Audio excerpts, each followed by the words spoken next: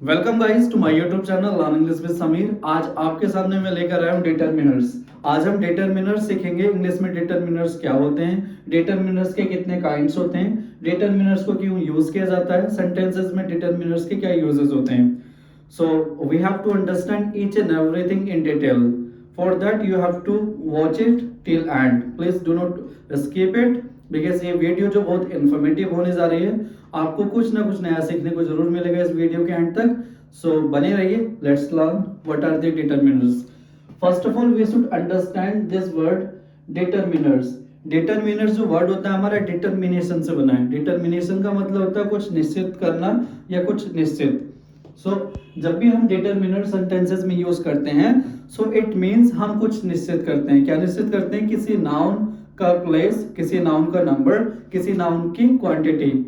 जब भी सेंटेंस में अगर हमें कोई नाउन गिवन हो और उसका नंबर हमें डिसाइड करना हो या डिटरमाइन करना हो या इंट्रोड्यूस करना हो, सो हम यूज करते हैं determiners.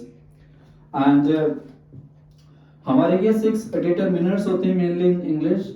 First one is articles. Articles के 2 काइंड्स होते हैं, definite article and indefinite article.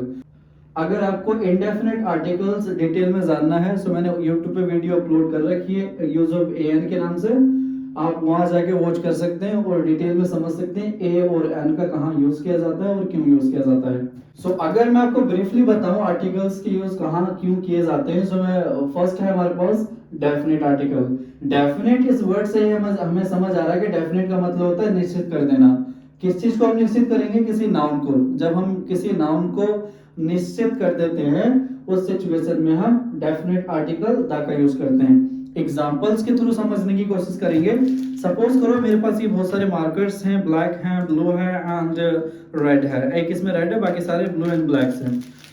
अगर कोई पर्सन मुझसे अगर कहेगा give me a marker, it means कि उसने किसी मार्कर को स्पेसिफिक नहीं करा, किसी पर्टिकुलर मार्कर की बात नहीं कर रहा, उसको कोई भी एक मार्कर दे दो। इन दैट सिचुएशन में कोई भी एक मार्कर उठा के दे दूंगा because he used letter a, so I can give him any marker.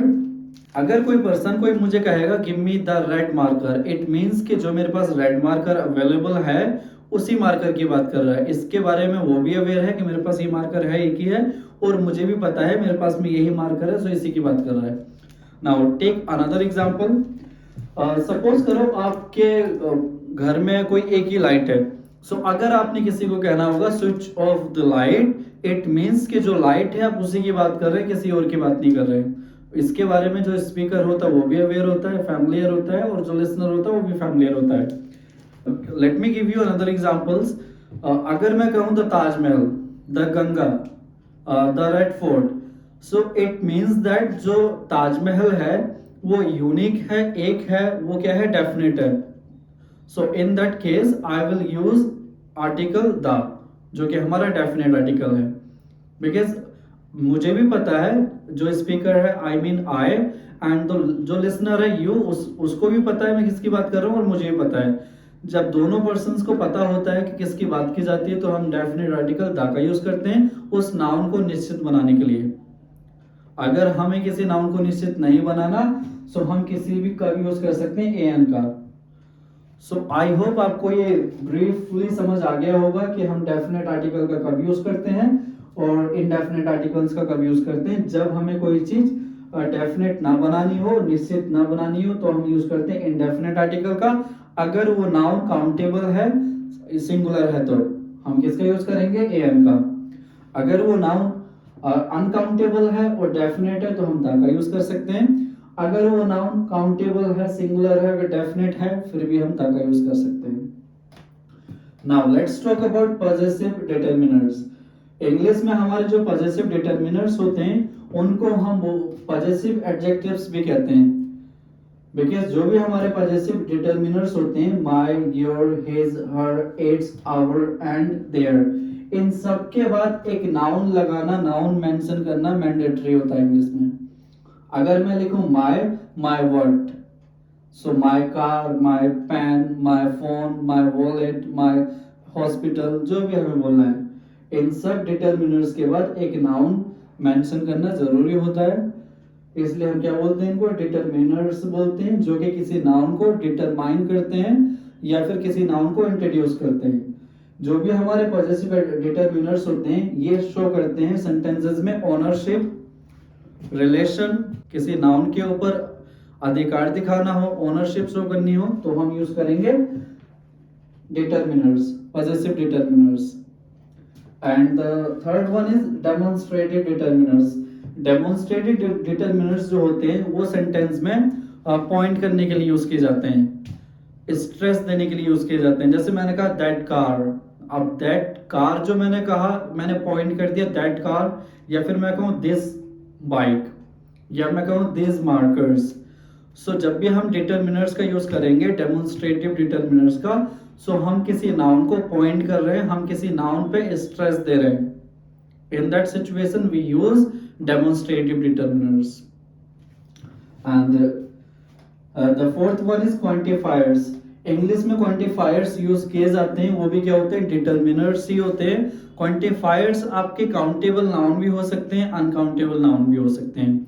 Countable का मतलब है जिनको हम काउंट कर सकते हैं वो हमारे काउंटेबल नाउन्स होते हैं, जिनको हम काउंट नहीं कर सकते, जिनकी हम क्वांटिटी बताते हैं, वो हमारे अनकाउंटेबल नाउन होते हैं। सो आई होप आपको समझ आ गया होगा कि जो हमारे इंग्लिश में क्वांटिफायर्स होते हैं, some, a few, many, a little, the little, little, few, a few, the few, 1, 20 etcetera, ये हमारे क्या होते हैं, क्वांटिफायर्स होते हैं इंग्लिश में। इन सब के थ्रू हम क्या करते हैं, किसी नाउन का नंबर, किसी नाउन की क्वांटिटी को इंट्रोड्यूस करते हैं या फिर उसको डिटरमाइन करते हैं सेंटेंसेस के through. And the fifth one is distributive determiners. जो इंग्लिश में डिस्ट्रीब्यूटिव डिटरमिनर्स होते हैं वो क्या करते हैं, नाउन का डिस्ट्रीब्यूशन करते हैं। सपोज ये हमारे पास डिस्ट्रीब्यूटिव डिटरमिनर्स लिखे हुए हैं, every, each, either, neither, both, all, half etcetera, ये सारे क्या है आपके डिस्ट्रीब्यूटिव डिटरमिनर्स हैं। इन सब के बाद एक नाउन लिखना मैंडेटरी है। मैंने लिखा every boy is responsible, so every के बाद एक बॉय जो है हमारा नाउन है, सो उस नाउन को इंट्रोड्यूस करने के लिए सेंटेंस में हमने एवरी वर्ड का यूज करा। मैंने कहा जो भी यहाँ बॉय है उसमें से हर एक बॉय रिस्पॉन्सिबल है। फिर मैंने कहा ईच स्टूडेंट इज गिल्टी। जब भी हमने कहा each student is guilty, it means कि जो भी स्टूडेंट्स हैं हर एक स्टूडेंट क्या है, गिल्टी है, जिम्मेदार है, कसूरवार है। एक चीज हमने और समझनी है, जब भी हम यूज करेंगे एवरी, ईच, आइदर, नाइदर, इन सब के बाद हम कौन सी वर्ब को यूज करेंगे, सिंगुलर वर्ब को यूज करेंगे। एवरी बॉय इज, हमारी क्या है, every boy is responsible, because her boy की बात कर रहे हैं, हर एक बॉय की बात कर रहे हैं, प्रति एक बॉय की बात कर रहे हैं, इसलिए हमने हेल्पिंग वर्ब इज का यूज करा। And each student is guilty, अब ईच स्टूडेंट के बाद हमने क्या यूज करा, इज यूज करा है। एंड आइदर राम और श्याम इज रिस्पॉन्सिबल, या तो श्याम या तो राम रिस्पॉन्सिबल है, तो हमने किसका यूज करा, इज। इन डिस्ट्रीब्यूटिव डिटरमिनर्स में हम क्या करेंगे, हम सिंगुलर वर्ब को फॉलो करेंगे, या फिर ऑल स्टूडेंट्स आर रिस्पॉन्सिबल। जब हम ऑल का यूज करेंगे तो हम यूज करेंगे प्लूरल वर्ब, लेकिन जब हम यूज करेंगे एवरी, ईच, आइदर, नाइदर, तो हम क्या यूज करेंगे, सिंगुलर वर्ब। बोथ, ऑल, इन दोनों के साथ हम प्लूरल वर्ब को यूज करेंगे। Then we have numeral determiners. Numeral determiners में कार्डिनल नंबर होते हैं, ऑर्डिनल नंबर होते हैं। इन दोनों का भी क्या काम होता है, किसी नाउन को डिटरमाइन करना होता है कि वो नाउन का क्या नंबर है, या फिर उस नाउन की क्या पोजीशन है, तो हम यूज करते हैं कार्डिनल और ऑर्डिनल डिटरमिनर्स का। आई होप आप इसको ब्रीफली समझ गए होंगे कि जो भी हमारे डिटरमिनर्स होते हैं वो यूज करे जाते हैं सेंटेंसेस में किसी नाउन को इंट्रोड्यूस करने के लिए, किसी नाउन को डिटरमाइन करने के लिए। जब भी हम सेंटेंस में किसी नाउन पे स्ट्रेस देना होगा तो हम यूज करेंगे डिटरमिनर्स, और इन डिटरमिनर्स के बाद हमें नाउन लिखना मैंडेटरी है, हमें जरूर नाउन लिखना मैंडेटरी है। इन सारे डिटरमिनर्स के बाद हमने क्या जाना कि इन डिटरमिनर्स को हम कब यूज करते हैं, जब हमें किसी नाउन को इंट्रोड्यूस कराना हो, जब हमें किसी नाउन को डिटरमाइन करना हो, तो हम यूज करेंगे डिटरमिनर्स। एंड कुछ वर्ड्स इसमें ऐसे भी हैं जो कि प्रोनाउन का भी काम करते हैं। जैसे अगर मैं सेंटेंस लिखूं every of you, every of you, ये उसमें क्या हो गया, प्रोनाउन हो गया। Each of you, either of you, neither of you. जब हम ऑफ लगा देते हैं तो हमारे डिटरमिनर्स नहीं बनते, नहीं रहते हुए वो हो जाते हैं प्रोनाउन।